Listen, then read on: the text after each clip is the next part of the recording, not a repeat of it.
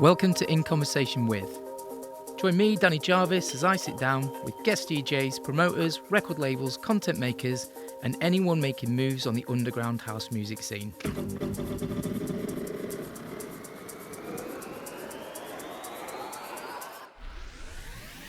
There's plenty of nostalgia, but there's also some key insights as to where the underground scene is today. So if you like what you hear, please hit the follow or subscribe button and leave us a review. Wherever you will listen to your podcasts, at the gym, in the car, or chilled at home, relax and enjoy In Conversation With. So, Mr. Rodger. Mr. Jarvis, thank you very much for having us. Welcome to this different room. Casa Jarvis. Yeah, you've got the little armchair. You only ever really let me in the garage. I know, yeah. Or the back garden, which I don't know what that says. You're out in the stranger zone now. I am from the rough part of Gateshead. So. You're allowed up the stairs. And you can see the other, inner workings. The inner workings. The safe's behind the painting, just in case you... Good to know. Yeah, in case you do want to, suddenly bust that emergency exit straight out of the window. Yeah. All good robbers know where the painting is, where the safe is, and where the window is. So thanks for coming over. Was dying to get you on board to have a chat. Yeah, thanks for having me. One of my personal favourite people on the scene in terms of what you do and think about music. So you always make me blush when you say that. Oh, I can't see because of the shadows in the room. I know. So you're all right. I just look like an egg sitting in the corner. you can blush away. So tell us a little bit about your origin story, how you got into music in general. Yeah, I've been into music as long as I can remember, to be honest. When I was a kid, and I'm talking when I was 3, 4, 5, there was always music in the house. My mum was a 60s kid, had me when she was quite young. So there was, growing up in the 80s, I was born in 83, so there was in our house we used to have, I've had to write this down on my phone because I'm just there's that much music that's just coursing through my life at the minute. But I've Guns N' Roses, most people will know. I grew up as a small child on Guns N' Roses, Van Halen, Queen, Simple Minds, Bon Jovi, the Aussie guys, Annexe. But when I was growing up, there was all of this stuff always on in the house, but it was always really loud. Really. So was that radio, Nick, or was that your parents had the CDs, the vinyls? What was it? That was my mum. So my mum and dad had the vinyls, but they had one of those Technics stacked systems. Nice. It was very, very nice. And I always remember it went up to 10, and every weekend you can guarantee 5 or 6 o'clock on a Friday, it would be pushing 8 already. And then by the time I had to go to bed, it was 10, and it was tough. You put up with the music, you can hear it through the floorboards, go to sleep. Well, neighbours were deaf, were they? It did pretty much. Like NASA's. Well, the guys that were kind of, because we were on a semi, a little semi, and there was a gap between us and the house that way, to the right hand side. And the guys that were joining us, there were a little old couple, and they were deaf as a doorpost. So it didn't matter. Yeah, so you are like NASA. NASA was the same. Yeah. Yeah, this is how people should find houses. Should clearly just go and knock on the door, see if the neighbours are deaf. And, we're moving in here. So subversively, that's always how I've kind of assessed anywhere that I've lived. I've been how if I move into this house, how loud can I have the music before somebody complains? Well, this is the big thing with music, is that we all know its power comes with volume, and whether it's lyrics, bass, guitar, rhythm, melody, until it's turned up to a level, especially when you're a kid, where you're kind of almost a bit scared. It's ooh, this is really loud. You get that kind of fuzzy feeling in your stomach, and it's am I doing something right or doing something wrong? And it's that sort of, it was that bit that it was always okay, I'll turn it down a little bit now. So do you think, like most people, that your jam becomes whatever you're exposed to at that age? I think it has to be. Massively. Yeah, massively. Like I said, because, we had loads of rock records in the house. My mum had a big sideboard in the sitting room, and it was literally just front to back. It was about 2-3 meters wide, full of vinyl. Just full of 12-inch records. Wow. So I used to, when I was maybe 8 or 9, I got a little record player for my room, and I used to steal records. Nice. And but I used to steal them based on what was on the cover. Yeah. So there was she had a copy of the Beatles. I can't remember what album it was, but I always loved the cover. Had like you used to take the top part off, and there was an underneath bit, but the top part had cutouts. Oh right. And I always loved the fact that there was kind of like it was like Christmas. You were almost like unwrapping a present. Yeah. And then there was loads of different bits and pieces, and there was some of our stuff was like really weird and really kind of psychedelic, and like a lot of the Def Leppard album covers are just like quite grotesque and fascinating to a child. Yeah, and I love that. So I used to steal those, and I've bought some records with this. So bear with me. Of course, I've bought some records with me, and then I heard this.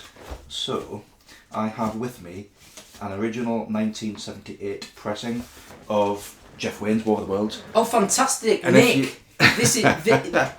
Listen, you're not going to believe this. I've got one downstairs. I bet, yeah. It's not mine actually. It's Emma's. But we've got the same thing now. That's 1978, year I was born. That's my mum's. Oh, she hasn't seen it for like 20 odd years. She hasn't. She doesn't know you've got it. That's why. She doesn't know where it went. You've half-inched it. But this this particular sentiment has kind of stayed with me throughout the last like 25, 30 odd years. When I've got into DJing and I've kind of come full circle and started collecting music again, is that you open it up and it's not just a CD sleeve, it's not just artwork on a phone.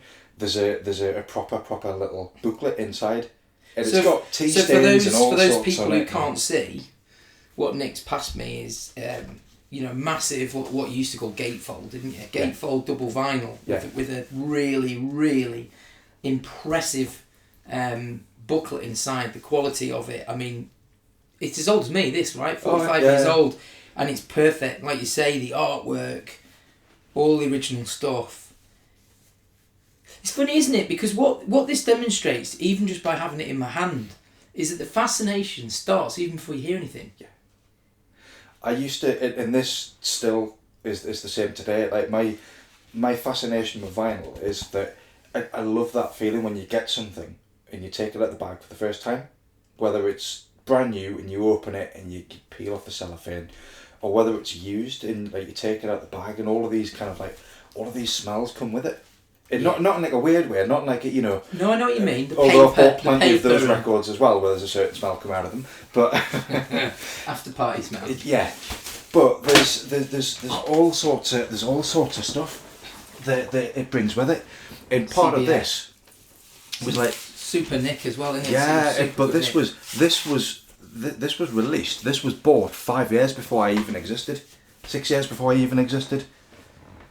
And I love that. I love that there's something that I'll probably have for the rest of my life that was here before I was, and will probably be here, hopefully will be here, depending on where my record collection ends up, after I'm gone. Yeah.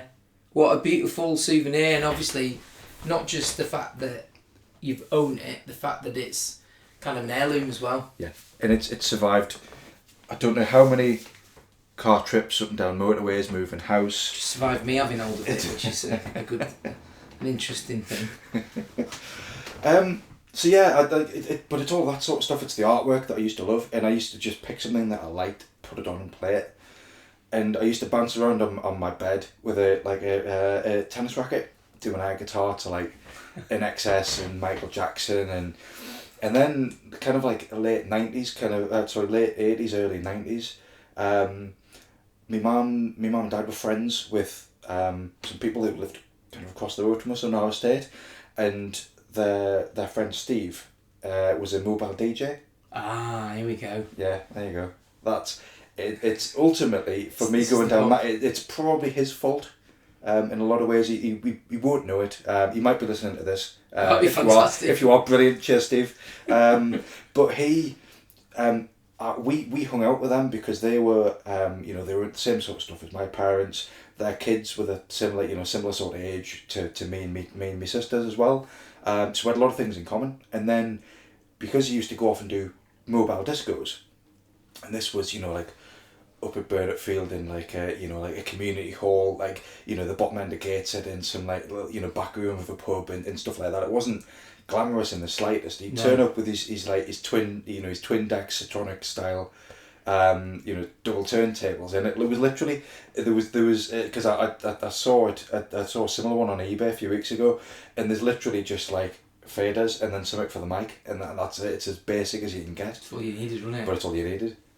And he was playing mainly chart stuff, so Michael Jackson, Kylie, Madonna stuff. 7 inches. Yeah, all 7 inches. Sometimes 12s if it was a particularly kind of big hit, or if it was something a bit weird. But I always remember kind of like really early 90s. He started playing like a lot of dancier stuff, and something was just like clicked. Yeah, straight off the bat. So I think there's a slight age difference between yourself and me. But this is a pivotal point, is that I think whenever I've discussed this with other people, is that dance music, the primary thing that we're connected by, there's no getting around it. When it became more mainstream, a little bit more mainstream, more accessible, was that early 90s period. And I think key tracks at school discos were just so stand out. But I also remember things like Young MC, Know How, tracks like that kind of got mixed up with dance tracks, and it was really in its infancy, wasn't it? Because the commercial stuff was kind of, it was like bumped up together. Yeah. But one track you'd be like, whoa. You had I mean, like the stuff I used to listen to, you had like stuff like 2 Unlimited.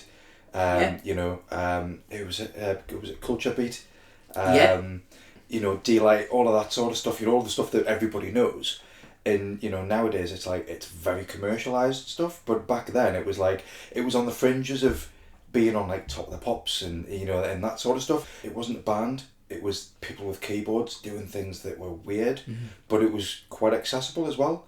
It wasn't quite a natural carry on from like Eurythmics sort of synth 80s. Unashamedly, I was a massive Pet Shop Boys fan. Massive. Yeah. Because it could just have been as simple as that was a tape my brother bought me for my birthday that year. I think it was like around about 87, 88 maybe. I liked the Eurythmics, so I was clearly a bit like you're sort of describing, this kind of keyboardy synth thing instead of the classic electric guitar lead singer band. It was interesting as well because not everybody, people dance, right? So people danced to rock or danced to pop in 80s, but this also brought around a totally different kind of dancing, didn't it? Yeah. When we used to go to these discos, like there'd be certain stuff that would get played. Like the first time he played, he used to play at the KLF. Yeah. The first time I heard Shaman, Ebenezer Good. Yeah. There was maybe like 20 people in the room. It was like a kids' party. It's really fast record as well, isn't it? And then he played Ebenezer Good, and at the time I was like, knew all the lyrics, doing all the rave moves and all this sort of stuff. And it's only as you get older that you're like, oh, actually, there's a lot more going on in that record, and there's a lot more that the record's saying. Yeah. But on the surface, when you're like, 8, 9, 10, that doesn't matter. Yeah, that's a good point. I do think this is something that's the joy of music, is that when you're younger, this is my experience, it may not be yours, but I heard the melody.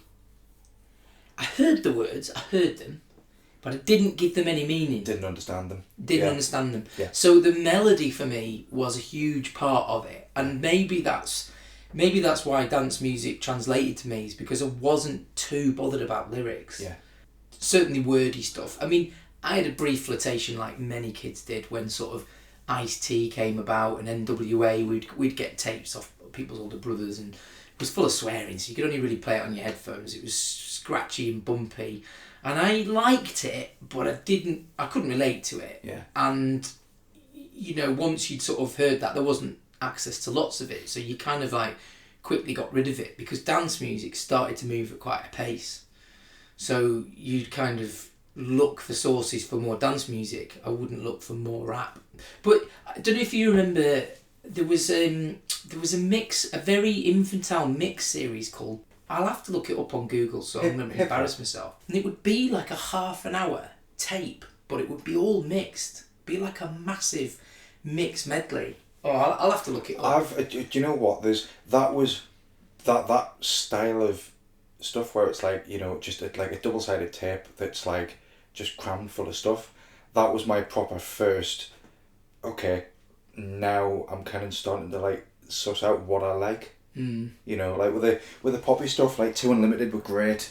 You know, they were very much of their time, but there was bits I always enjoyed the more melodic parts of their songs, and the words I sing and shout along to and stuff. But I always liked the breakdowns. I always liked the bits after the first kind of chorus is done, where it's into the, you know, when it's in a club, it's like, you know, it's into the proper sort of heads down and that sort of stuff. But like when it's on the radio, it doesn't really translate. No, of course. It was those kind of. And it was short spans of time as well. It was like that sort of 15-second to 30-second gap where there was no singing on this radio edit. I was like, I like that. But it was almost the most experimental bit, wasn't it? Yeah. It's like they went, right, we'll do all this just loop it up a bit, and then that's fine. Yeah. We'll press all the buttons. So that was always the bit that I enjoyed the most. And like my parents used to listen to it and they'd be like, "There's no words, there's no singing." I'm like, Yeah, there's not. So we get to this period where you're starting to gather your tastes, right? So what was the real record that took you from what everybody could listen to something that was like maybe more off-grid? I'd say The Simpsons Do the Bartman, but that would be a lie. That was the first record I ever bought. Really? Yeah. A vinyl? 7-inch. Wow. Yeah, from Woolies and Gateshead, and it was like, I think it was like $3.99, something like that. No, to be honest, the first record, there's not one for me. There's not one. It was a period in time, and it was the tapes that my mum's cousin used to give us. Here we go.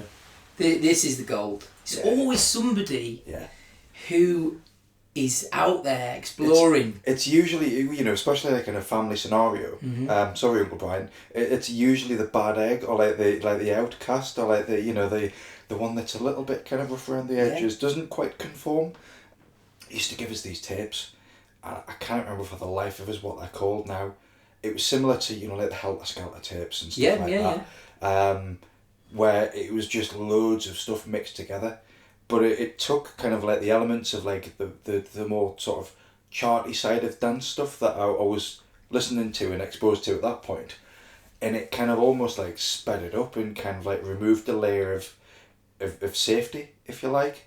You know, there wasn't the nice piano melodies and the fluffy bits to the catchy hooks and all that sort of stuff. It was much more raw, gritty. Yeah, but when you listen back to it now, it's like it sounds so archaic and very much of its time. But at the time, I was like, wow, I couldn't get my head around, you know, you start off there, half an hour later it's something completely and utterly different, and I don't know how you get from one end to the other. Yeah. And that fascinated me. There was a DJ called Easy Groove. Yeah.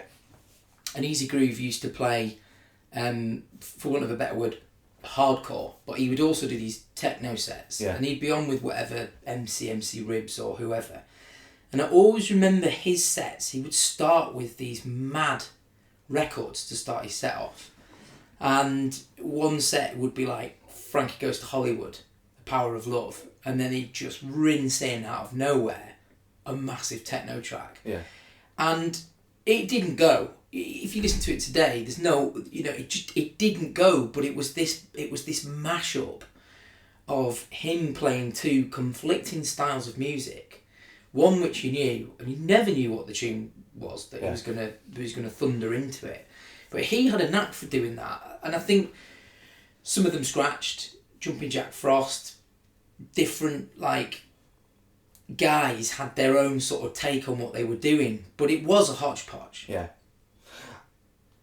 Hit the Decks is that tape series. It is. Hit the Decks. Hit the Decks. It's like 10 tapes or something like I that. was talking about like Rolf Harris or some shit, wasn't there? Two little boys, Rolf Harris. Yeah, I'm sure there was like stuff up off like the Muppets and all sorts on there, like the two old guys off the Hit the Muppets. decks. And, yeah. Well remembered. See.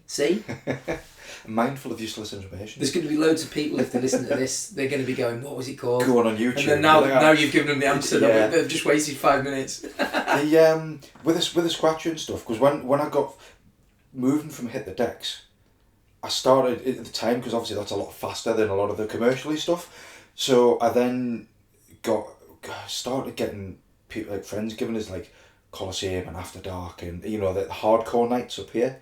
Like the After Dark, I think was the one that I think people preferred, because it was for me it was always darker.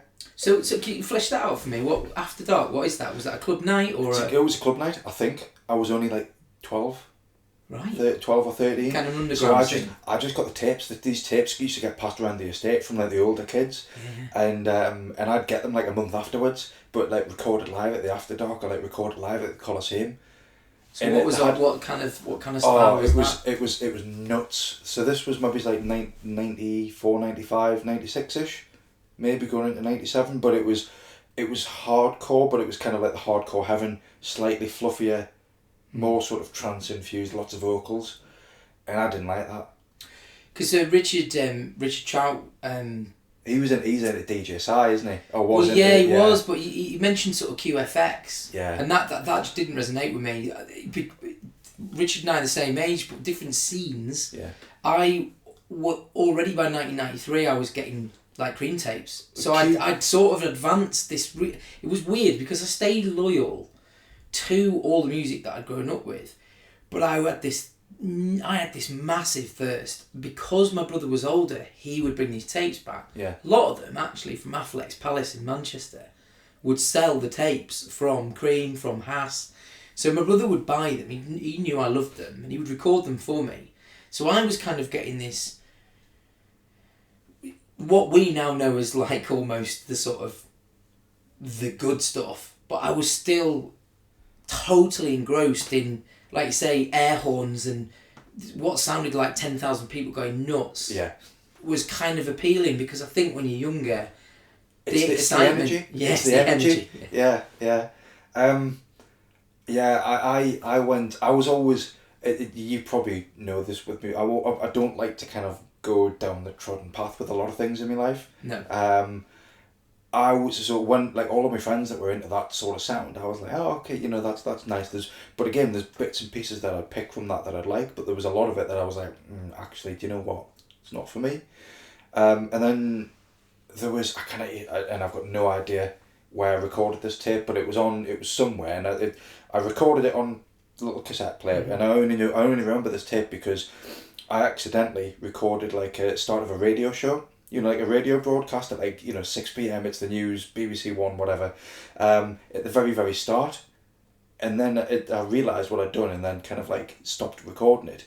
But then every time I listened to that tape, it was like, it's the 6 o'clock news, and then bang, straight into this, like, but it was this, I don't know if this is the guy's name, but it was, the MC used to be like, it's DJ producer from, like, it was from somewhere on Merseyside, I think, but it was this like industrial gabber.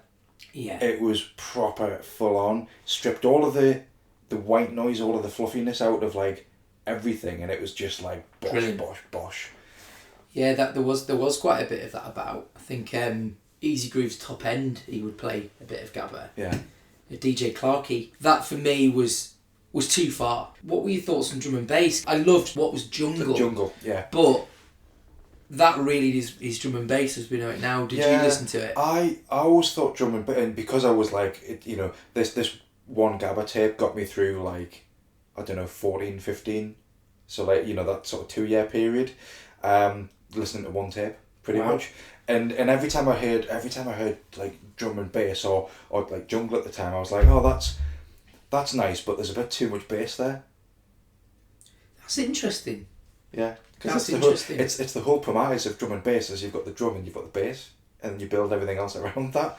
And I was like, I like the speed, but I didn't understand actually the bass really is designed to be heard in a live environment. Yeah, you're right. This is something that I talked about with Will Noglows, when we first talked on his podcast, we discussed that the quality of the tape that you had, that could often determine which DJ or where you got your tapes from. Yeah. Because you're right, the drum and bass or the jungle at the time could distort. So it did sound quite noisy, whereas you're right, something like Gabba or speeded up stuff like the piano stuff was quite trebly. Yeah.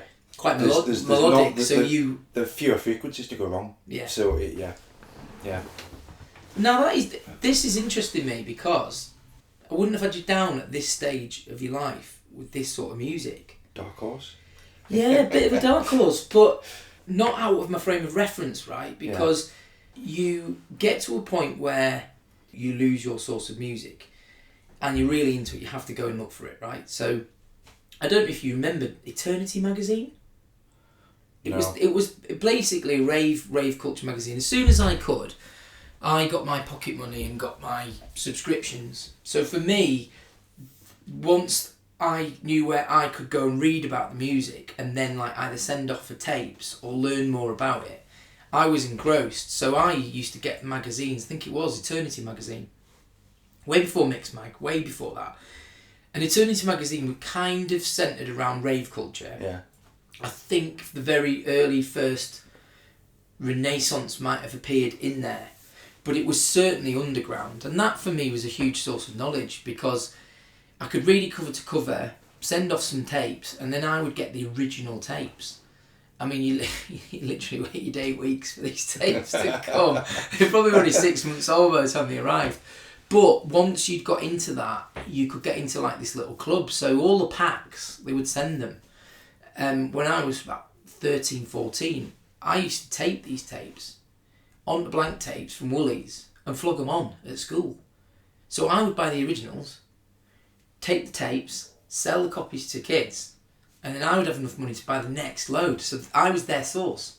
I was a dealer. Excellent. I was a dealer. I was their music dealer. In the best way possible. which when I think about that, is probably one of the things about me that has kept me going in music, is this search for new music. So talk to me about your moving into DJing, because this is really taking the bull by the horns once you decide, right, I'm not just going to play it and mess about with tape. So it was the end of year 11 at school. One of my friends, there was 2 lads in our year that DJ'd. One was the DJ, the other guy DJ'd, but he used to do like the sound and the lights, and like together they like set up all the parties that everybody would go to it was really cool. Joey had his own decks. I mean, they were like Gemini like XL 500s, like, you know, bottom of the barrel direct drives, but they were decks. And at the time I was like, that's brilliant. So we went along to this gig that he put on at the end of the school year. He must have only owned maybe like 30 records, because Braveheart, it was when the Braveheart theme tune came out. And I kid you not, that got played about 6 times. Wow. And I spent half the night, and bear in mind, like, I went there, like, you know, I was like 15, going on 16, and there was a girl across the road that I used to quite like, so I was like, oh, you want to come to the school dance with me? There's a lot at stake. There's a lot going on. And no, I completely pied her, because I was just like, I'm just fascinated with what's going on here. Oh no, this is the first entry into DJing. Yeah, is looking at the record spinning round instead of the girls. Yeah, instead of the girl. Wherever you are, love, I'm really sorry. Wasn't meant to be. It wasn't meant to be. Sorry, not sorry. But that I was just like, what you doing? So like after that, I was like, I've got to come round to your house. I need to know what's going on here. So did that, and I was like, right, that summer I was like, right, turning 16, right, mum and dad, I want a set of decks, and my mum and dad were like, this is another thing. You're just gonna, it's a phase, you know. Let's just wait. And then end of that year, I got my first like part-time job. So I was like, oh, you know, on like £2.50 an hour or something like that, stacking shelves. But I was like, this is a way that I can save up. And I was like, right, okay, I'm going to save up. And then bought my first set of decks from Richer Sounds, like most people did, or a lot of people did. Brilliant. Sherwood's belt drives. Used to touch the platter and it would wobble from side to side. Oh, yeah. Belt drives. Honestly. with a it's plastic is like the as hollow is like mental. They couldn't even take you couldn't if you knocked them, they would break. Yeah, or you'd just ruin the recording. Yeah, it was sort of a passage of rights, really. That what I'm starting to get a kind of nucleus of stories together from these podcasts is that just by very nature of our age demographic, but also the technology that was around at the time, the big difference I think for a lot of people, and you mentioned it there, was whether they got like a paper round or had access to their own money. Because I think we did grow up in a time where parents, asked you what you want for Christmas, and you'd ring things in the catalogue and you'd just hope and pray that you might get something. Yeah. If you got a pair of football boots, that they had to last year. If you got a pair of trainers, they had to last year. Mine were they were from a place called Annexe. They looked like Pumas, but the Puma sign was upside down, so they were off the market. I had a pair of those. And I just thought all of a sudden that, maybe incentivised by my father in the right way, that if I had access to more money, I would have the choice of what I spent it on. Yeah. And could funnel that into what I wanted and what I was interested in. So music, from the get-go, like I said with those tapes, was quite keen. You're paying a subscription. I think my dad paid for the subscription for the magazine. I think they were quite happy for me to be reading something. And then the tapes I would save up for. Yeah. But then I realised if I did more paper rounds, I would have more. If I did other things, I would have more money. And it enabled me to sort of... I had a massive tape collection. Massive. I used to cut all the flyers out. I'd keep them all. I'd do them all really nice. And I never taped over a tape. And so I had hundreds in this drawer. And I prided myself on having this massive collection of stuff, 8 Groove Rider tapes, all from, the Fantasia ones. Did you have the little label printer? I didn't have the... No, I had it. I used to cut... It was probably, that would have been easier. I used to cut out I try and always get 2 flyers, one that I could use as the tape and cut up, and one that would actually be the cover. Yeah. So I'd be cutting all these out, but that fastidious kind of dedication to it was really, I was really serious about it then. It's no wonder I've got OCD, really. So you've now moved right into the classic zone, getting your hands on a pair of decks. I've gone in and I've bought for £200 of my own money. I think it was 220. I think my mum had to sort me the extra 20 quid. What mixer did you get? Go on. It was a Synergy. I can't remember. It was yellow. It was yellow? It was yellow. No EQs, no gain control. It was 2 faders, a crossfader. You couldn't even you couldn't listen to the same track in the headphones. Oh, so there's no cue buttons? Well, there was a cue button, but you had to select either one deck or the other deck. You couldn't balance the 2. Yeah, I get you. That was actually quite standard. When they then made a mixer that you could mix, where there was a plot between, you could balance between the 2. That changed my life. It changed everybody's, because if you wanted to DJ and you literally couldn't do it the other way, you had no hope. Yeah. Especially with the tracks around at the time, right? Yeah. But also as well, in terms of practicing, I was still, I was still living at home. I couldn't have, most of the time I couldn't have my speakers on. I couldn't get back from, be at school or college all day, get back, go to work, get back at 8, 9 o'clock.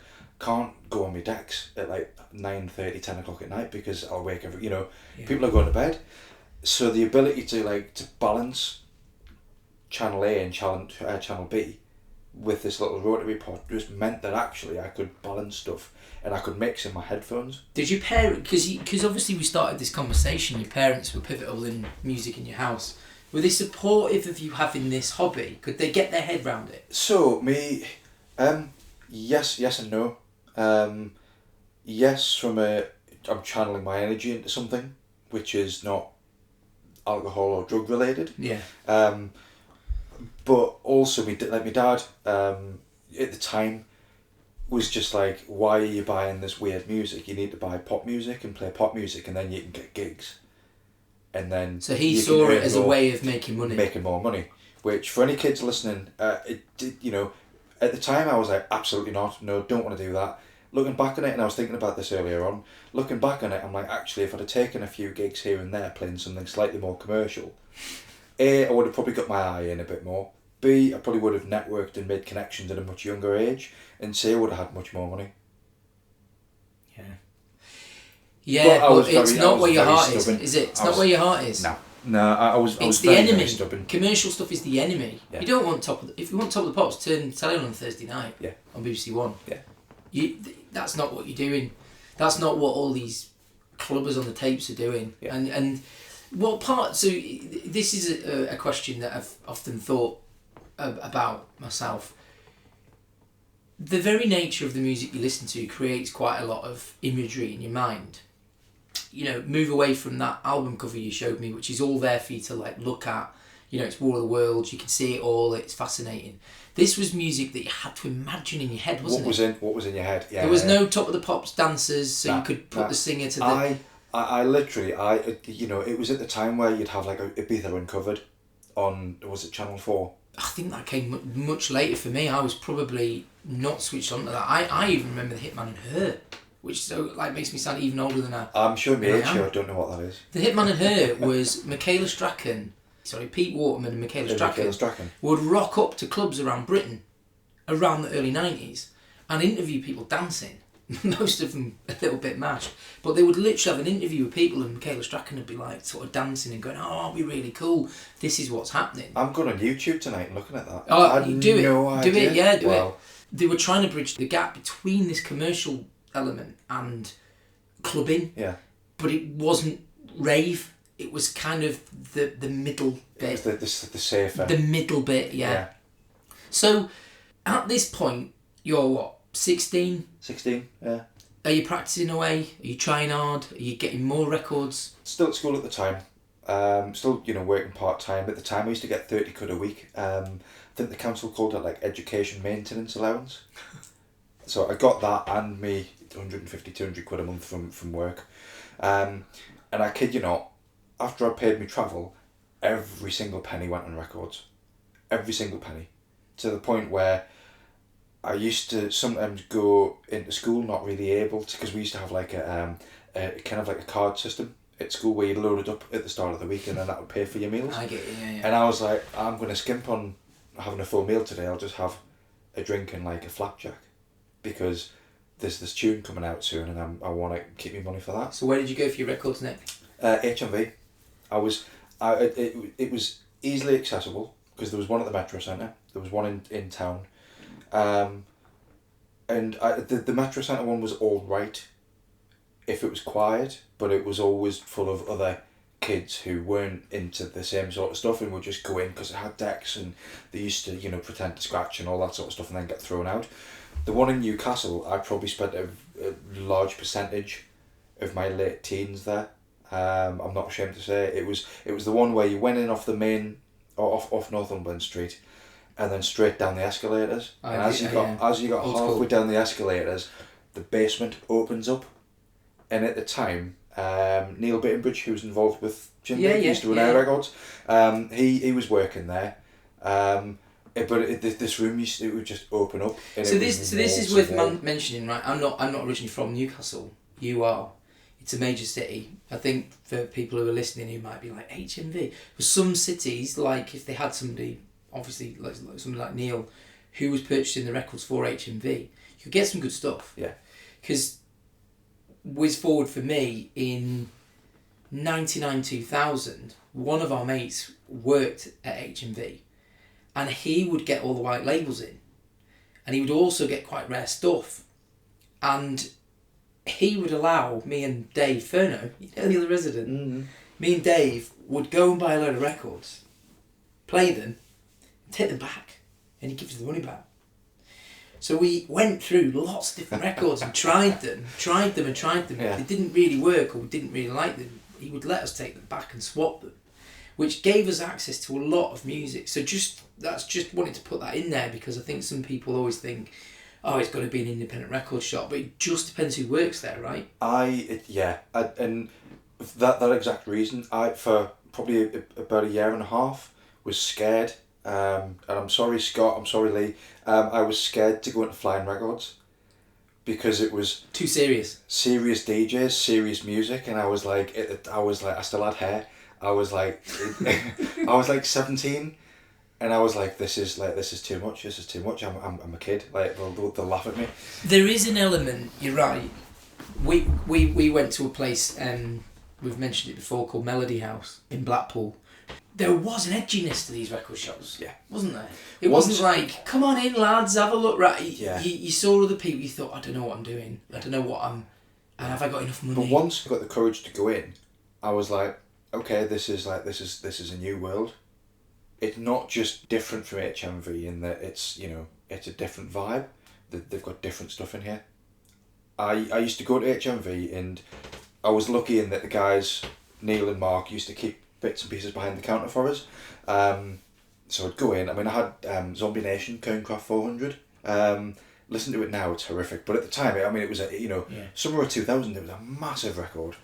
I had the white label 6 months before I heard Judge Jules playing it. And I'm like, am I a kid from Gateshead? Yeah. Like, how on earth? Because it was just I used to go in all the time.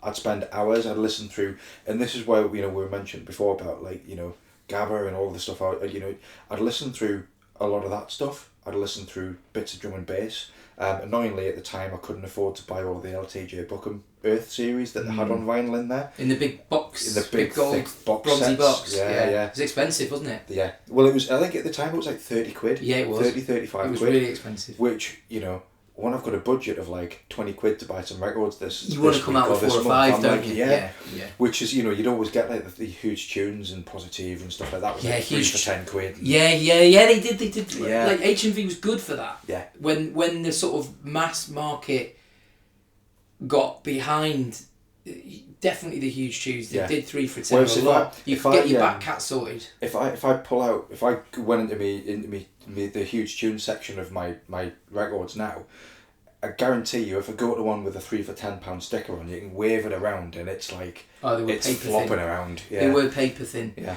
think the last, I don't hold me to this because I can't remember, they've all gone now, had about 50, as I used to get all the remixes. Yeah. And the last one that I can remember being quite thick was Myro Paradise. That's a tune. I've known that for a while. And I think after that, they just got thinner and thinner. Same with Bedrock Records. Bedrock, I remember buying, I was so excited as well to get it. The Bedrock mix of Cowgirl. Yes. Was on the thinnest piece of vinyl ever. Every time you wound it back, it skated through the needle. The needle just skipped off. And I used to curse old Digweed for that. I'd be like, it's one of the best records. If I also remember, it was about like 12 minutes long. Yeah, it was And it started right at the very edge of the record, and it had no space at the end. Yeah, there was a tiny little gap before it went into the paper. It's crazy when you think. It's crazy when you think of this. Whereas now I'm like, if it's not 180 gram pressing or it's 140 gram pressing, and I'm like, I won't buy it. And it's very snobby. I've kind of gone the opposite way in that I'm not just buying music for the sake of buying music. So, this is the thing that's surprising, right? This is why these chats are so good, because if we go from this point in your life, right? You're messing around with decks. What did you carry on? Was there a right? I need to grow up and stop messing about with this. I've never grown up, and as my wife will attest. Honestly, I've never grown up. So you've always had decks. Oh yeah, pretty. There was a gap, 2007, until about 2011, but before then I went through the CDJ phase and all of that sort of stuff. Mm-hmm. Got into debt, was daft with money, had to sell stuff, and then I was like, I can't afford. At the time we were moving. At the time we were moving down to Leeds, trying to get a job and stuff down there, and I was just like, I can't. I'm not earning enough money to be putting enough money to one side to buy more decks. Yeah. Because I'm still in debt and I'm still paying my debts off. Yeah, it really is a serious business. Yeah. When I was playing in Cheltenham, I was playing 3 to 4 venues a week, I was getting paid. And that situation at HMV was incredibly helpful. Yeah. Because there was a certain degree where these tunes, if they were like proper white labels, needed to go to somebody to play. And I would play them at one of the quieter places. I would test records before playing them. I kind of had 4 very different gigs. One was in a bar, one was in the student night, another was like in a pre-bar, and then the Friday night I used to do what would be a sort of proper club night. I used to warm up before trance DJs, so I'd really pitch my tracks up and play like the higher end of the prog sound at the time. Really, more or less what was played on Global Underground was what I kind of played. And I don't think people today really understand like how much money you could spend. I mean, you if you were serious, you had to have turntables at home. If you were playing out, you had to practice, and you had an unquenchable thirst for new music. I don't know if you were the same. You would play tracks, but you'd always go out every week looking for 4 or 5 new tracks that would slot in, and you would kind of go through, wouldn't you? Every time I went into Newcastle, it was whatever else I'm doing, there was time in my day to go to at least 2 record shops. So I'd go to HMV, go to Fly, and I think Reflex was on.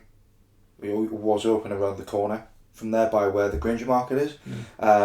They were always good for random bits and pieces as well. So I'd easily spend me 30 quid a week that I was getting kind of free off the government. That went on records. So 120 quid a month, and then money that I was spending off me wage.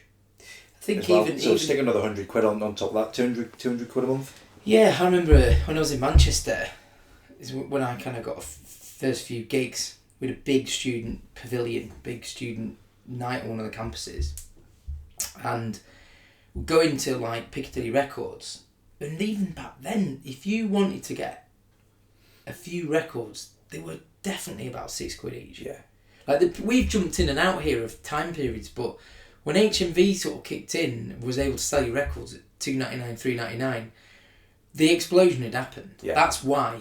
Previous to that, you had to do some serious groundwork. I mean, I guess same as you, I would go and I would search, and 1 or 2 hours would fly by, click of the fingers. You'd be like, oh shit, I've actually just spent like I've missed a lesson. Yeah, or I've missed like meeting the lads for a drink. Yeah, because I'm messing about again. And you'd have your record bag, wouldn't you, with you? Because if you did buy them, you didn't want to be carrying like a record round with you. You had to like protect it. Yeah. You wanted it all neat and tidy. So when do you think the period of this is like recognising to yourself that this is getting serious? When you got in debt, or did you realise you were addicted to it? I was addicted to it. I knew probably within maybe an hour of unboxing those belt drive decks. I was like, okay, my life's never going to be the same again. And it's weird because like saying that out loud, I'm like, the emotional element of like the last like, what, how old am I? 20 plus years of my life, all around one thing. And when I say it's shaped everything that I do, it's like literally every single day for the last 23 years, 24 years going on, I wake up, I think about stuff I need to do, and I think about music.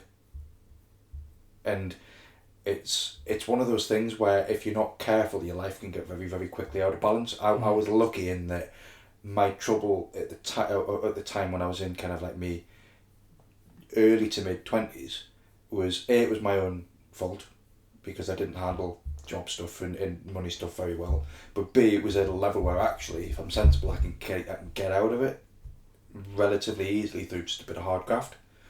It didn't remove my love for music, my love for finding new music, because even when I didn't have decks, I was still buying records when I could afford to every now and again, but I was still listening to new music all the time.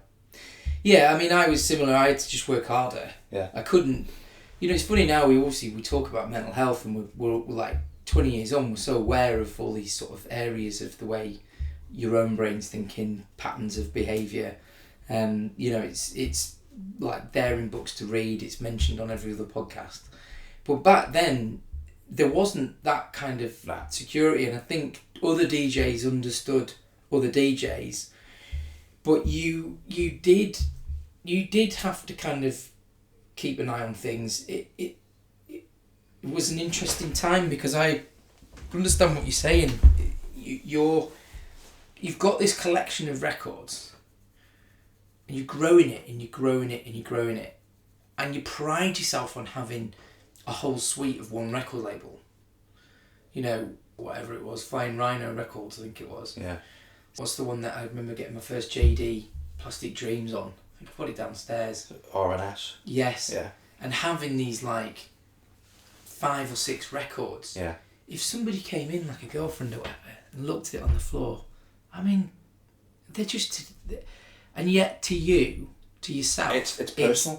It's like, don't like touch them. Or I would have them, not like this bookshelf, but I would have them in label order. I would have them all in date chronological order of the label order. Yeah. So that I could easily reference them. You'll love this. That's exactly how I've got mine now. Good. So that's how it should be, Nick. That's fine. So one of the things that I wanted to talk to you about is the music I know you for now, the music that you've done Electronic Cat for, that we've done little bits of Defcon work together for, guest mixes that you've done for me for Progressive House UK.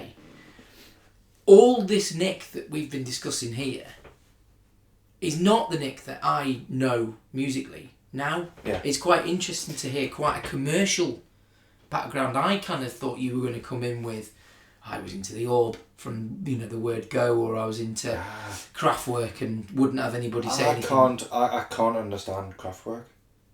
Well, I mean, I'll get stick for that. But I listen to them and I'm like, similar to Depeche Mode. I enjoy Depeche Mode. I listen to it and I enjoy it, but I don't, because I come from a different time. It didn't have the same. It didn't have the same resonance. And I think my musical taste is fairly broad because I didn't grow up listening to just one thing. I wasn't told, you know, you can't listen to this, or you should listen to that, or it was kind of whatever goes. I mean, God, I was 7. I used to listen to like Mike Oldfield, Tubular Bells, you know, which I haven't brought that with us, but I've got that in the house. That's another original what other bits and bobs have you got in your bag here? So, I guess that would help explain a little bit of how diverse your tastes are. I've got, let's have a look. I've got a new pressing of Detroit Escalator Company, which is nice. People might know that from when Sasha first started doing the Ableton, the Maven controller. He did I don't remember where it was, but he did a mixtape, and he started the mixtape with a track from this. Tell you what it was actually. Is it the Avalon mixes? Yes. Would have been. I can't find the track, but it was Abstract Forward Motion. Yeah. I bought this for that. It's probably the least played record track on this album. The others are better. Because the others are just brilliant. But in terms of if I was kind of going to sum up my entire musical history, and the reason that I'm probably quite diverse. I've got Tyrant, No Shoes, No Cake. Oh, fantastic. Craig Richards and Leigh Burridge. That's fantastic. And I've got James Zabila, Sound in Motion. Oh, lovely. Let me have a little go with those in my hands. Look at that. They're very huge, dirty. On huge as well. You can probably tell the sleeves are absolutely annihilated, because pretty much for about 4 years running, every gig I played, they'd be getting pulled out. Yeah. And I might only play 1 or 2 tracks off the whole thing. This gives me a lot of joy, but it also slightly breaks my heart that I got rid of all my vinyl. I'm really sorry. I mean, yeah, everybody said, when people go, I'm going to sell my vinyl, you get half the room go, yeah, I'm not gonna make this any easier for you. Oh, Headrun Dagger. Headrun Dagger on vinyl. You can tell this got battered because look at the state of the cover. Yeah, you've made it's absolutely when you've got hungry, you've ruined. tried to eat it. It's so bad that when it got repressed a couple of years, 2 or 3 years ago, I bought the repress and the repress is still sealed.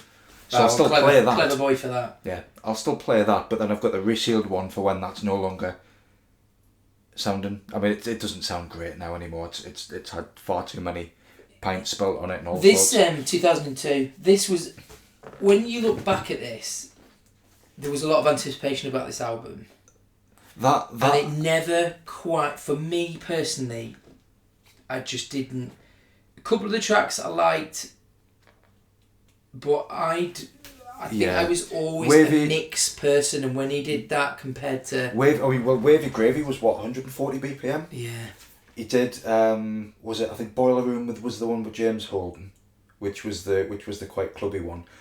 But I always liked that, and this is what started to kind of send me back down a bit of a Bloodlock. That was the one with that's Holden, the one with James Holden, yeah. But because it was different and it wasn't what people expected, I was like, I get that.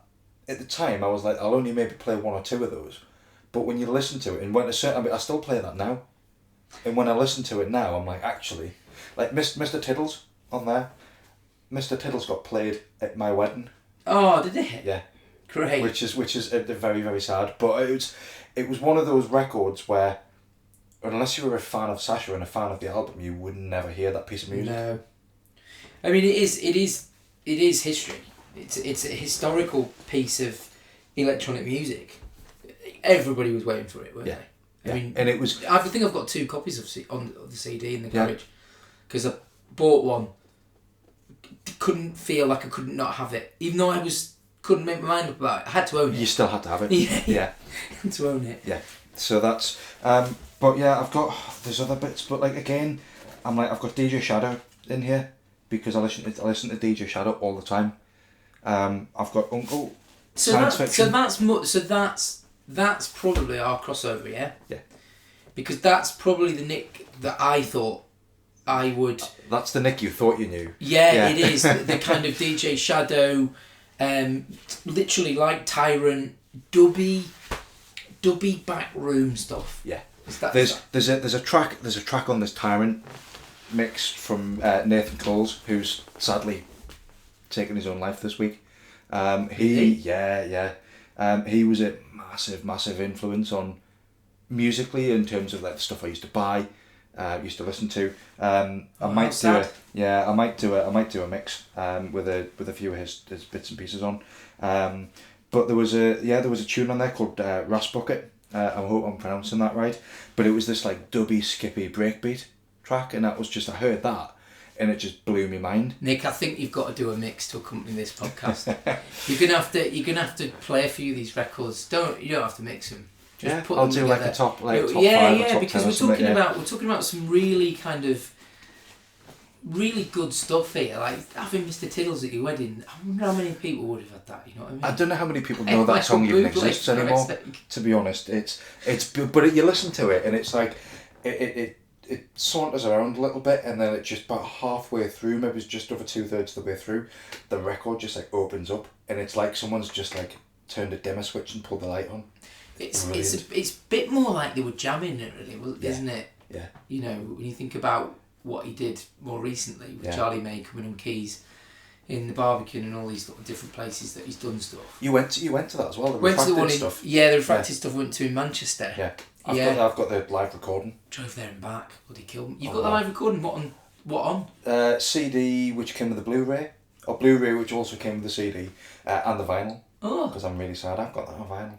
My vinyl's crystal see-through. It's beautiful, but that's in a big box as well. Where are they? Are they in like special pride and place? All these non-sealed vacuum. It's like cigars in a humidor. It's been played. It's in the racks. I've got all my albums and stuff off to one side, and all the stuff that I love off to one side. How many records do you think you've got? If I look on Discogs, I've probably got about 1,700. Nice. I've sold loads. You have to. You have to, because tastes change. One man's rubbish is another man's treasure. Yeah. It is good to, you know, I've got lots of books here, right? There's lots I haven't read. Yeah. There's lots I have. If I was to give them away, I would hope that people would read them and enjoy them. And appreciate them the same way that you have. The problem is, they didn't select them in the first place, so the chances are they wouldn't unless you've talked it up. And vinyl's like that, right? It's it's just, if you don't want it anymore and you don't need it, Yeah. somebody will have it, but it's still not the sort of thing you just give, as in inverted commas, give away. Yeah. Um, I've tried. Believe you me, I've tried. I sold some records last month. When I moved down to Leeds from here when I was mid-20s, I left maybe it's about 300 records. That was just like, I haven't got time or the heavy inclination. as well, man. But well, one Heavy of those to cart around. one of those was Sasha and Emerson Scorchio, which I still to this day have not replaced, and I still regret leaving it. But I was like, oh, I'll buy another copy. Now then, when I've got was decks that again. was that on a thin bit of vinyl? No, no, it wasn't. It was thick. I think it was thick. There was a second pressing which was on thinner vinyl. Yeah, I got the thick. I got the thick version. Thick. Yeah. Started like a bitch, that record, didn't it? Yeah. Just boom, boom, boom, boom. Yeah. Yeah. But I never knew how I felt about Scorchio. I played it a lot, but I never knew how I really felt about it. I only played it a handful of times, but I loved it on when Radio 1 did the Essential Mix from round here Park in Leeds. They had Darren Emerson on, and then Sasha on. Sasha played like a 20-minute set. It was like, 11:45 or something like that, and there was like, power lights out at midnight. But there was a bit where Darren Emerson drops Scorchio. It was like the world premiere, like never played it anywhere before, plays that. Pete Tong comes on, and it's like he's describing to the people at home what's going on, and there was like 100,000 people there, and it was pissing it down with rain, but this record was just like sunshine, and I was like, that I've got a tape player. I've still got the tape in the house. Of the mix. From that day. Yeah. Class. Yeah. If you go on YouTube, I think part of Sasha's set is on YouTube as well, because he plays like Schiller, Das Glockenspiel. Oh, one of my favourite records. The Humor mix. Yeah, it's one of my favourites. But it's not the version that got the main release. It's the one that got an early release, and it's a longer breakdown. Oh, nice. So the version I've got in the house is that early release, and it's got like a much longer breakdown. Oh, what label did that come out on? It came out in Data. Yes. Data Records, who used to do a lot of stuff with like Mogwai and stuff like that. Yeah. This was the thing. This was how there was a race to get the tunes. Yeah. It's not like that anymore. I think what you need to know now, what you always need to know back then, was where to find your records. Yeah. But there's so much that there isn't the kind of bum fight. In fact, you probably like me are the opposite. We tend to go off in a direction to find our music. Yeah. Everybody knows what a banger is. Everybody knows a track that is instantly like, that's a massive track. Yeah. And that's, for me, not where the beauty in music lies. Yeah. That's probably another step in a completely different direction for me musically as well, because I listen to like a lot of the Anjuna Deep stuff and the old I Dream stuff. I listen to a lot of that style of music, but I don't buy it anymore. No. It's very listenable. Yeah. It's, if you remember, there was a bit of a fork in house music around the millennium. Yeah. You had your kind of what used to be AM PM went into Defected. So you had the Defected record sound, which obviously Defected is still going. Yeah.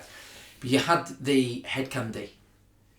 And the Head Candy was very watered down, very easily accessible house music. Then you kind of had all of the like Lee Burridge stuff back then. Yeah. And the Tyrant stuff. And there was this, what I would call this kind of like middle ground of what you could quote unquote called house music. What you would still call house music. Some was much easier than others. But I think now, the amount of, this is something obviously Trouty and I talked about, the amount of different styles and genre classifications, it's endless. I mean, if you go on Beatport, now I was an early adopter of Beatport, and they still had the genre thing, but it was like eight genres. Yeah. Now there's just like somebody does two things in one record and they create a genre for it. It gives me a headache. I mean, you'll know I had that Beatport link subscription. So when I bought my Denons and then they released the Beatport link integration, I was like, oh, this is good. It's like 35, 36 quid a month, and I've got access to pretty much the bulk of the Beatport library, including all of the back catalogue stuff. So I can put stuff in playlists, which I do prepping my music anyway, but I don't, it's a low monthly amount, and I've got an endless amount of music to play with. This is brilliant. What's not to love? Mm. That's probably the worst decision I think I've ever made. Why? I completely lost myself. Not in a good way. I completely lost my direction musically. Was playing stuff that I'd play once and then move. I'd play it once and then it would disappear. What period's this? Oh, this is last year. Right. This is pretty recent. And that's one of the reasons that I've decided to kind of stop with a lot of my mixes to just kind of park sort of the houseier side of what I love, because there was just that much music getting chucked at you all the time that I'm like, actually the bar gets lower and lower and lower. If you look at stuff from like the mid-90s onwards, because there was a tangible cost associated with having to produce a physical product, even when it was the 3 for 10 quid HMV really floppy disk thickness records, there was still a cost associated with those. Yeah, financial stake for the people to make it, financial stake for the label, for exactly. the artist, for everybody involved in the chain. Yeah. Whereas now, I mean, Christ, I could go on, I could download a cracked version of Ableton. Not that I'm saying you should, but I could, and knock up a track, stick it on Beatport. There's no skill in that at all, and and this is my bugbear with technology, in that in a lot of ways, it's opened doors for a lot of people, and it enables us to do things with the music we've never been able to do before, or you'd be able to do, but you'd need a massively expensive recording studio to do. Did you see this week / on the weekend, dear old David Guetta showing that tune off that he made with AI? No. I can tell by your face you feel like I do about it. Very briefly, I'm just showing Nick a book behind me. I'll tell anybody I can about this book. This is called Scary Smart: The Future of The Future of Artificial Intelligence and How You Can Save Our World, by Mo Gaudat, who ran Google Dex. Right. This is a book everybody should read. Right? I think I know where this is going. Right. So, one of the big debates that's happening in the artistic / creative world is AI, right? And you can find free AI sites and say to it, not specific as this, but bald man with beard sat on the edge of time with raindrops from space horror movie. And it'll create the art. It'll give you not just one. It'll give you sort of 4 or 5 different pictures of it, right? However, that same technology is exactly the same when it comes to making music. Yeah. So David Guetta wrote some lyrics in the style of Eminem.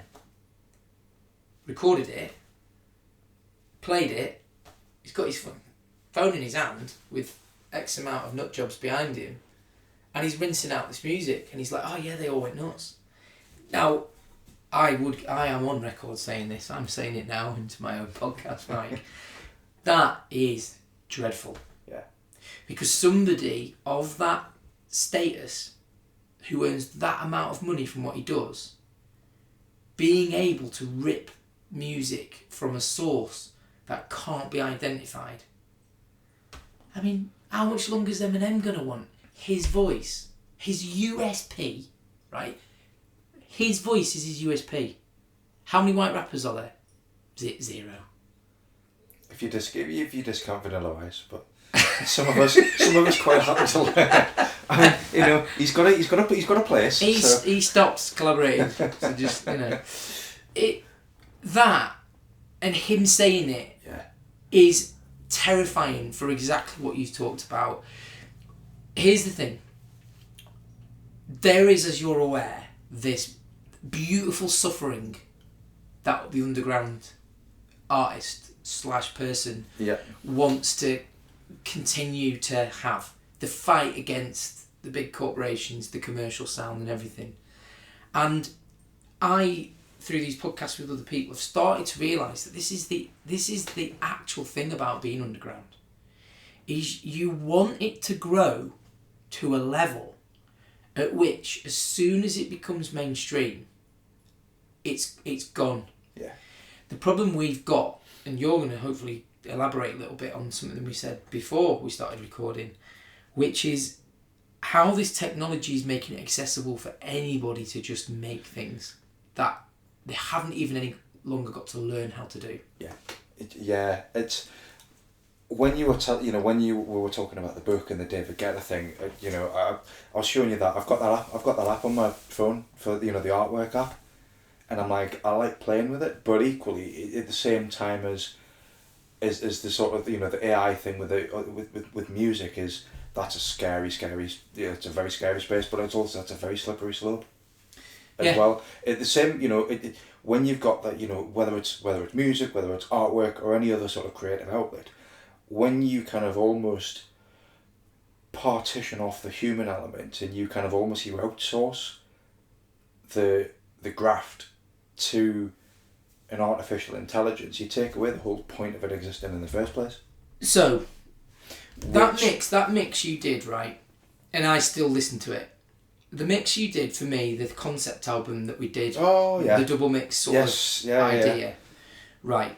The level of detail and thought that you put into that, okay.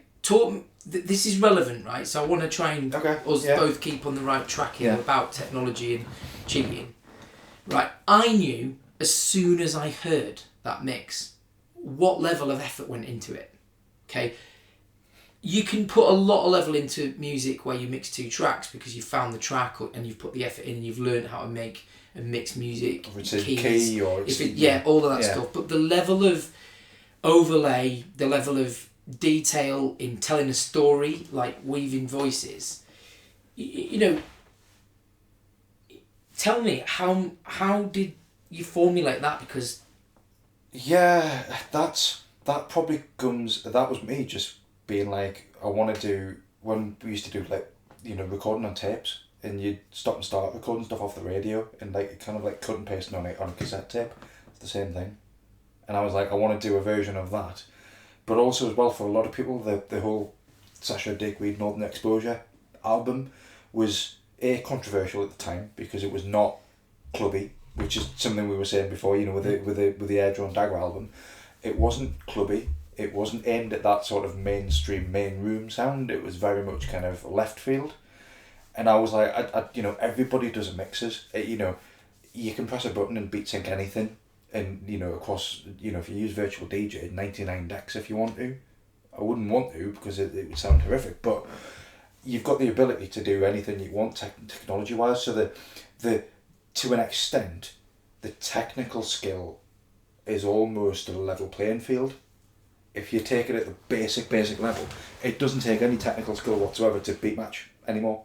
No. And those DJs that still rely on their ability to beat match vinyl, A, kudos to you, B, don't really think many people care.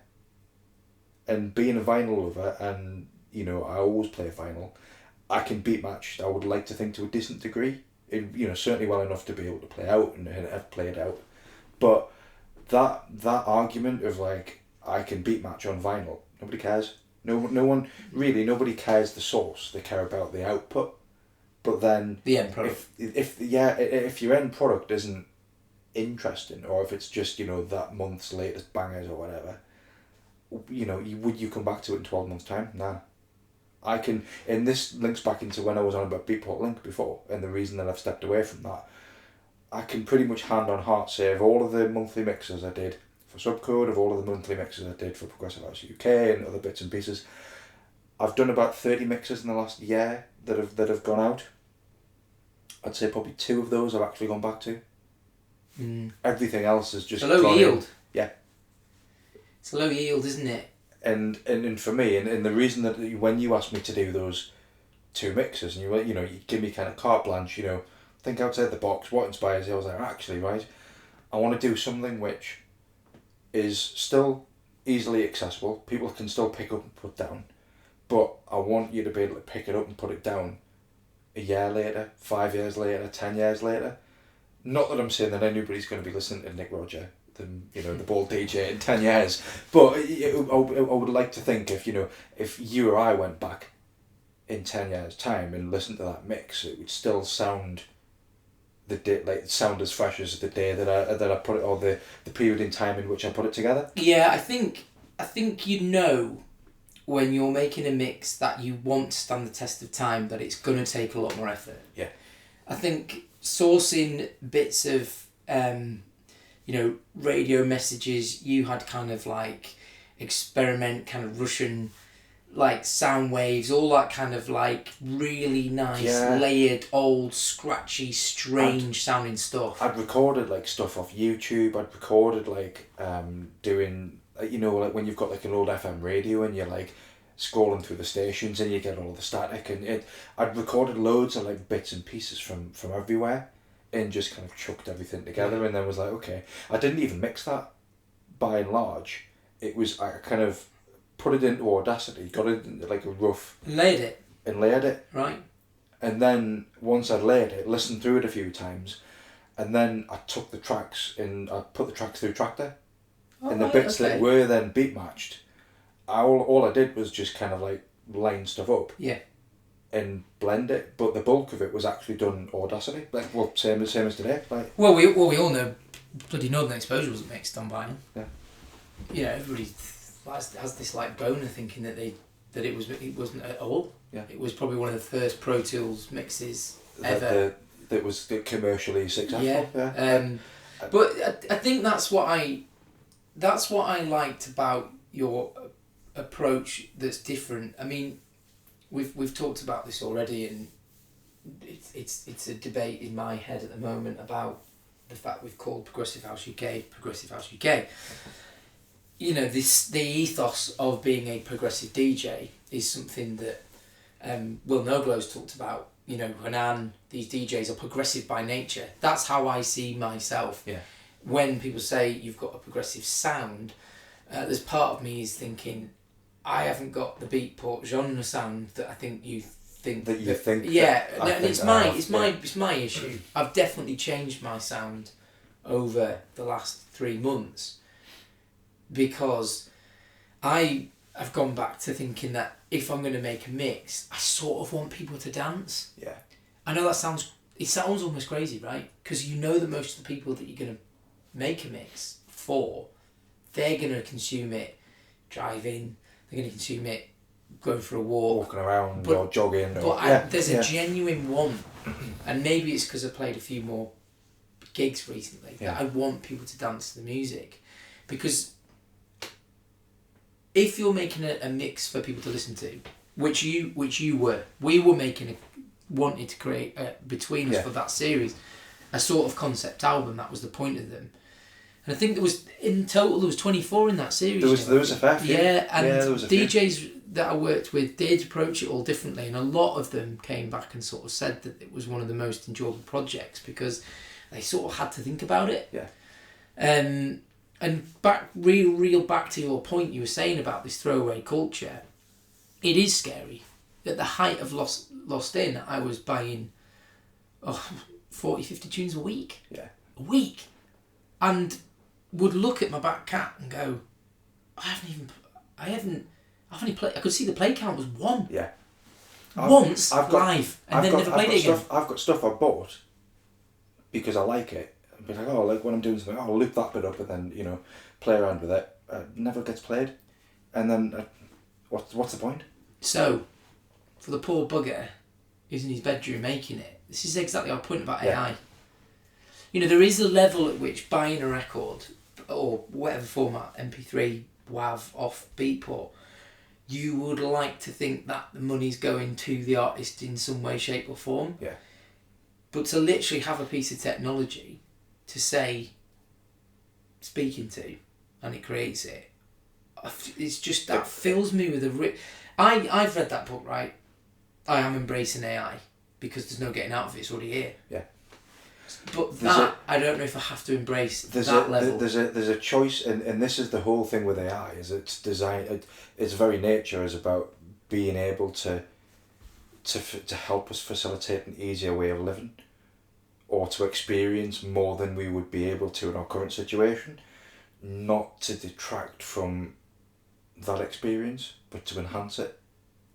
And for me, if you have anything, you could argue that, the likes of like Ableton, MIDI, even like MIDI keyboards. I mean, MIDI's been around for decades, but the technological aspect of making music is only a few steps away from the AI aspect, but you've still got that human interaction, that direct human input, because it comes out of your head through the machines rather than you almost being plucked to one side and then the machine doing everything for you. Yeah.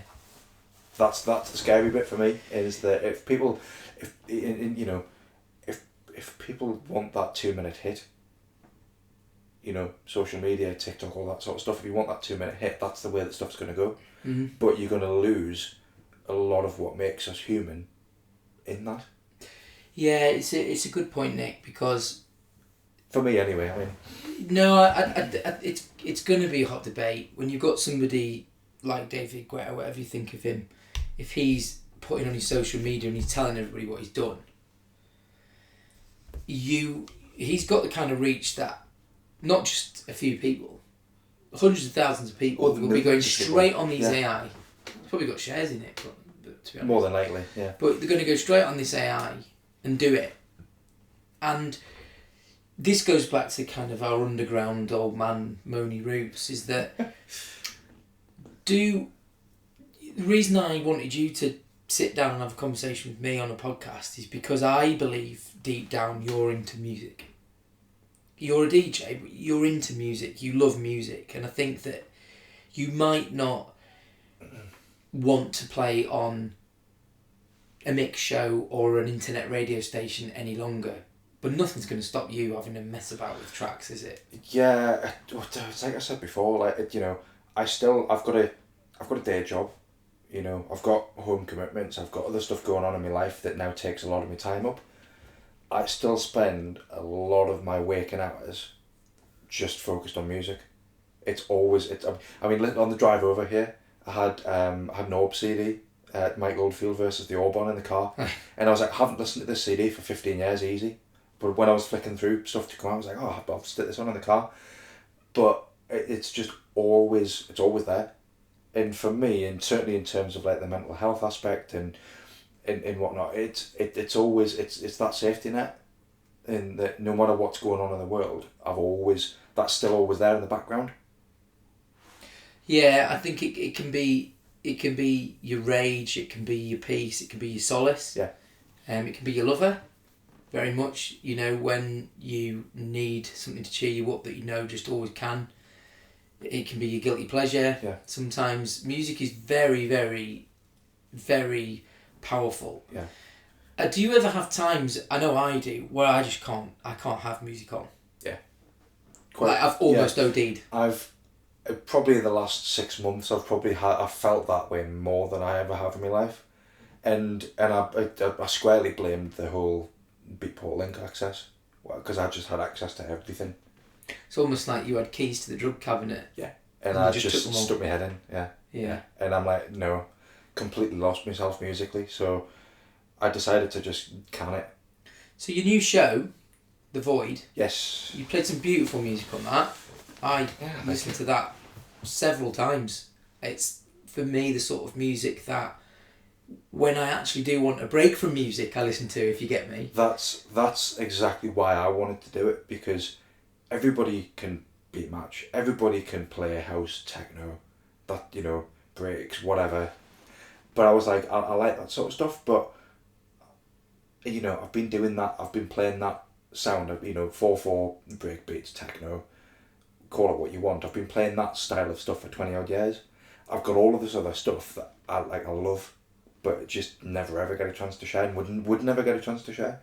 If you want a mix show, I've discovered this new artist or this new label, or it's a different variation of that house and techno sound. Whereas with The Void, it gives us a chance to be like, actually step away from that. You're not in the main room, go in the back room, go in the chill out room. I mean, walk down the street. you know, go out the club completely, go home. Like, I want it to just be like, what have I got in my record collection? What do I like to listen to? What needs to be heard? Like, Yeah. I buy a lot of stuff on Bandcamp. And Bandcamp's great because I can just do like a dive into like stuff I've never heard before.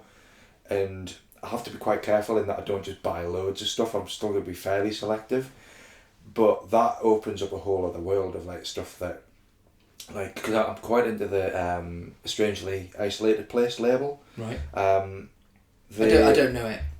Have a look at it. They do some beautiful electronic music. Well, I've got some money. I got bought some vouchers. God knows I've had 60 quid on Bandcamp forever. Yeah. I think literally about 2 months ago I finally decided to buy the Digweed album. Oh yeah. Quattro, which I've always traditionally bought the CDs of, and like prized possession sort of gone for the one that he would sign. So I've probably got about 40 odd quid in there that I wouldn't have a clue what to spend. When I go on there and search, I don't know what I'm doing. I'm just showing Danny my Bandcamp page now. This is like purchases of the last 3 months. Probably down to about there. But I just do a deep dive. Pick bits and pieces out. I've got to write everything down or take screenshots, and my phone's full of screen grabs. This is the other side, and this was when I was about the whole like using technology to help you rather than to hinder you. In that I can use my phone to access stuff really, really quickly, find stuff that I wouldn't have been able to be exposed to, and actually keep track of what the hell I'm doing as well, because it goes in there and then straight out the other side. So how much time do you think you spend looking for music then? Now, I to be honest, probably a lot less than people think. I don't really look for music the same way that I used to. I go on Bandcamp, or I'll go on YouTube onto like different channels on YouTube, and I'll just press play. And if I'm in between meetings, I'll have stuff on in the background. If I've got an afternoon where I'm just doing like admin stuff with work, or I'm working on a spreadsheet or contracts and stuff like that, I'll just have stuff on in the background. And when something comes on, I'm like, oh, I like that, what's that? Write it down, or take a screenshot, or yeah, it's interesting stick it in a because cart and... I have to be honest on this podcast when I'm saying things, because I think it's the only way to be. But we've talked about technology, and I do get helped by algorithms. Yeah. There's no two ways about it that the music that I get served up on YouTube, chair spinning around. I've put the effort into going and finding at some point, and now that effort is being repaid by getting offered what it thinks I want to hear, and it's pretty close to being almost and my sound, I don't know how I'd classify it, but I always try and keep on the forefront. You won't hear me play stuff that isn't pushing the boundary of either new or certainly my harder stuff. I'm getting served algorithms that are doing the job of going through those record shops for me, and I love it. Some of the YouTube stuff I'll pick and choose bits from that, but I try and stay clear of it. When I am actually properly digging for stuff, I use Juno probably. Do you? Yeah, quite a bit. Yeah, I've never got into Juno. Got into it. But if I'm on Juno, it's like it's stuff that I'm looking through. I'll spend maybe a month or two putting stuff in a basket, and then I'll buy it unless it's like running out, in which case I'll hurry up and buy it. But I'll spend a good couple of months being like, okay, do I want that? Okay, actually, is there something else by the same artist or the same label that's come out since that actually, when I listen to the two tracks side by side, I prefer one over the other. So I've started actually kind of really taking my time in almost kind of like curating what I buy, rather than... Yeah, because the mood you're in at the moment you listen to it might not be the mood you're in later. Yeah. And it might that was one of the things when Beatport allowed you to have multiple baskets, got me out of trouble. Because I would be in a certain mood. And if I was in a certain mood and I was sort of in that like hot space where you want to get it all done and then download it and make the mix, you get all those tracks back a day later, you're like, what was I thinking? What was I thinking there? Yeah. And the baskets helped separate that, where you could say, oh, that's mid-tempo, that's like warm-up, and you would start to sort of space out your stuff. Yeah. And a good record doesn't actually date. what it does is it sounds bad, but I think we've got over that now. I think records even 5-6 years ago now sound fine. There's not much more they're doing in terms of bit rate and downloading it that sounds much better. You can't get a 2002 track and put it with a 2022. They just sound horrendous together. They just... I would argue that... I would beg to differ. Maybe if you've got vinyl, that's a fair shout. But equally, yeah. Digitally, they sound terrible. Yeah.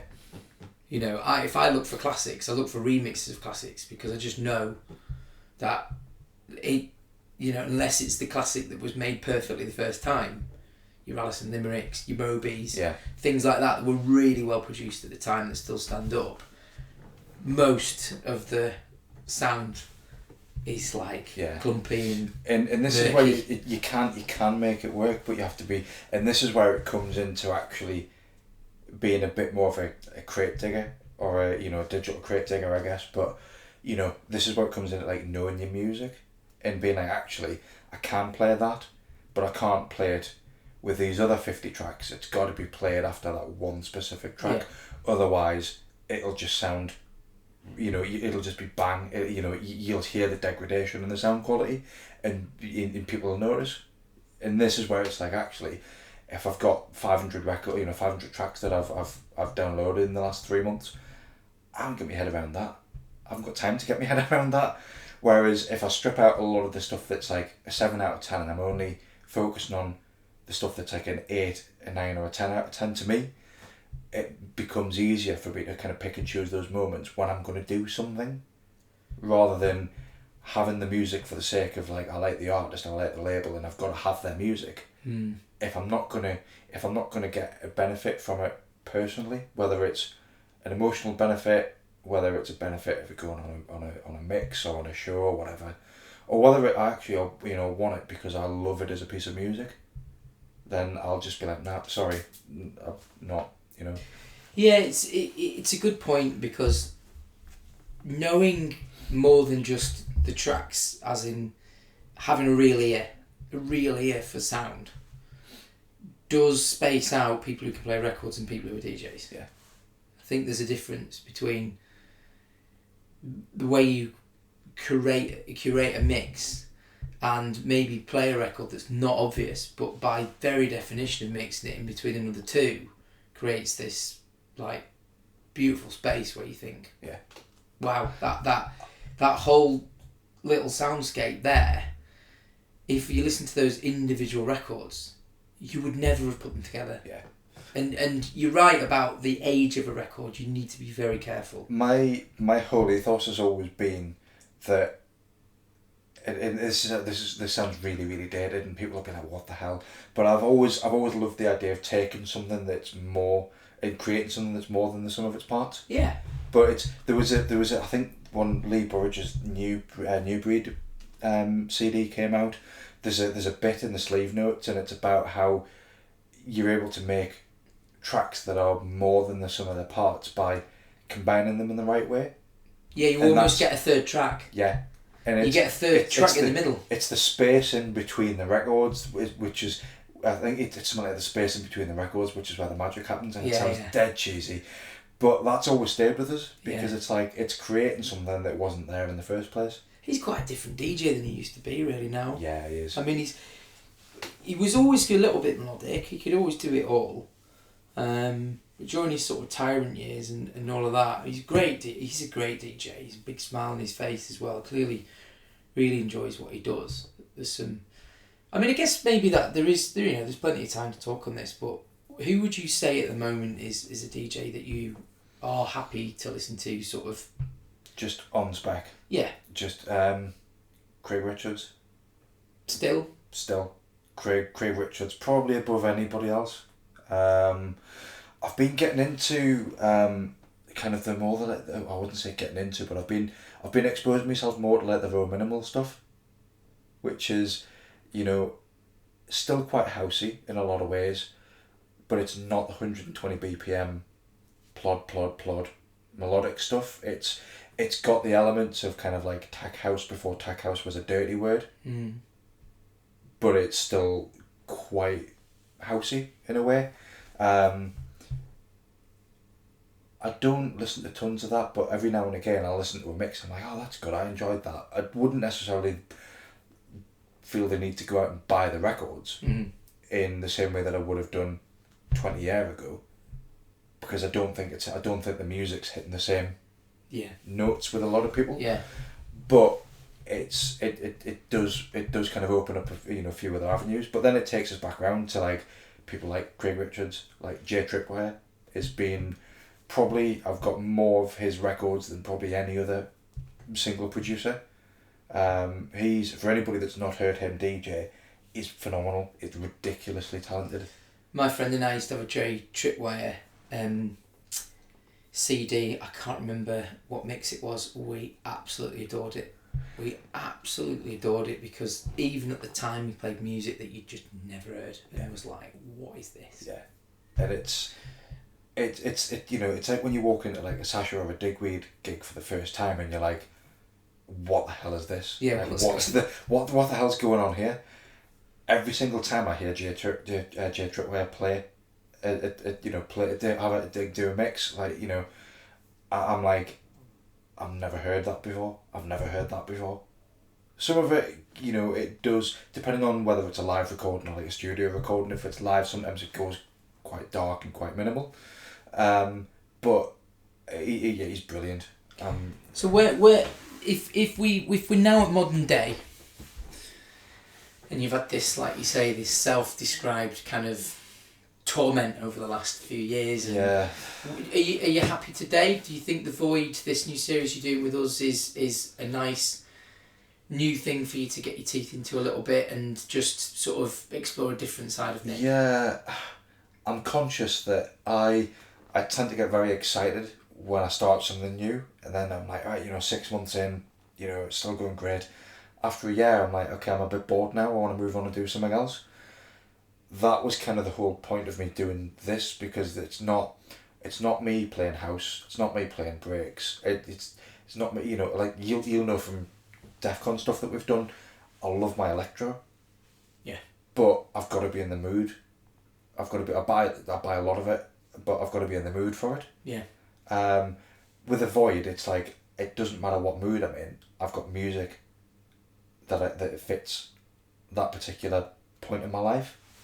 So for me, it's more put something together that doesn't even need to be a mix. I mean, I think I might share it around kind of more sort of public consumption, but there was that hour and a half mix that I did for you and the other Progressive House residents that was like, I didn't even mix that. No. I just literally put it into Audacity. For me, that showed the power of the music. It stood alone. Because that was almost like the tester, to be like, okay, can this work if I mix it, but also if I don't want to do a mix this month, but I still want to present some music.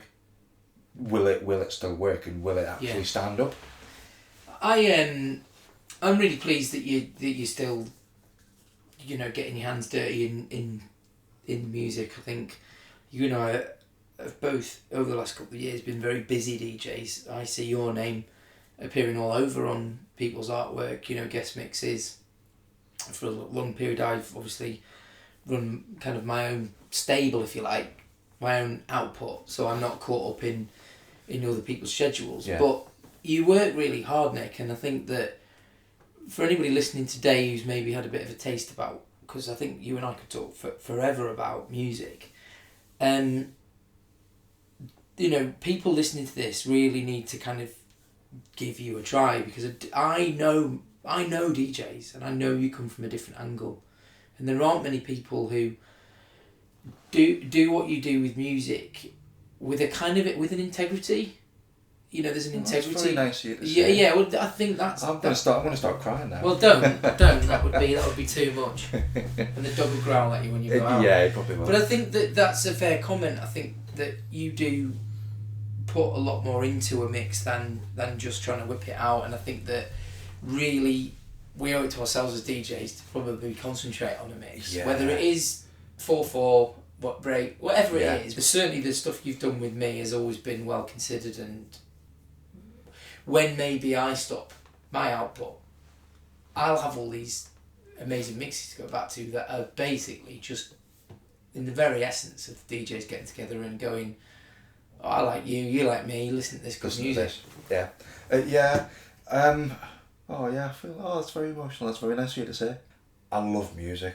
It's got me through some of the darkest times of my life, some of the happiest times of my life. I know it's that safety net, so I almost owe it to myself, but I think I probably owe it to someone who's gonna just, be happening to press play on SoundCloud or YouTube or wherever, in 5 years' time to present something that it's not just, whipped together in half an hour and pushed out for public consumption. I owe it to, to the person that actually made that piece of music to, in my own way, kind of be like, okay, this is how I would interpret it and this is how I would present it. Even though, I've got no musical skill. I can't play any instrument. Well, I can play the xylophone, but that's not really, it's not really the same thing. I've got to see that. Please no. Bring it round. But, I do mean triangle as well. I'm fascinated by music and the different ways that music goes and the different ways that music makes people feel. And I'm like, if it makes me feel a certain way and I can help other people feel a certain way by sharing that piece of music, then I owe it to myself and whoever else is listening to do that. Well, it's just really dawned on me that what we're doing is the thing that person that you didn't have access to when you were younger did for you, which is give you music that you've not gone and found, that you like, and it's a gift, really. Like I said, that the void thing. I listened to it, loved the lead from that ambient into drum and bass, just perfect for me, and that really is what I mean by saying about the integrity, because it is a gift when you give somebody a mix that they've not had to buy the music, certainly not had to spend the time in this age looking for. Yeah. So listen, Nick, thanks very much for chatting. Thanks for having me. We could go on for like... We could. Yeah. We'll drop some of the links on for people. We'll make sure that everybody knows about The Void, which is your show. Yeah. Goes out on, what's it, Subcode? So it'll... Obviously, you have first dibs for the first month or so it'll always be exclusive to you. And then the month after it'll go out on Subcode. Lovely. To sort of share on there. Yeah, and reach more people. I'm not going to put it on my own SoundCloud or anything like that. So online, it's exclusive to Progressive House UK. Lovely. And it will be for as long as I'm doing it. Cool. So. Well, great to have you around, Nick. Yeah, thank you very much, mate. Yeah, and we'll catch up soon and see what you're up to. I probably owe you a mix of some like noughties, housey, weird stuff as well. Something in that bag. Right. Cheers, Nick. Thanks, Danny. See you again.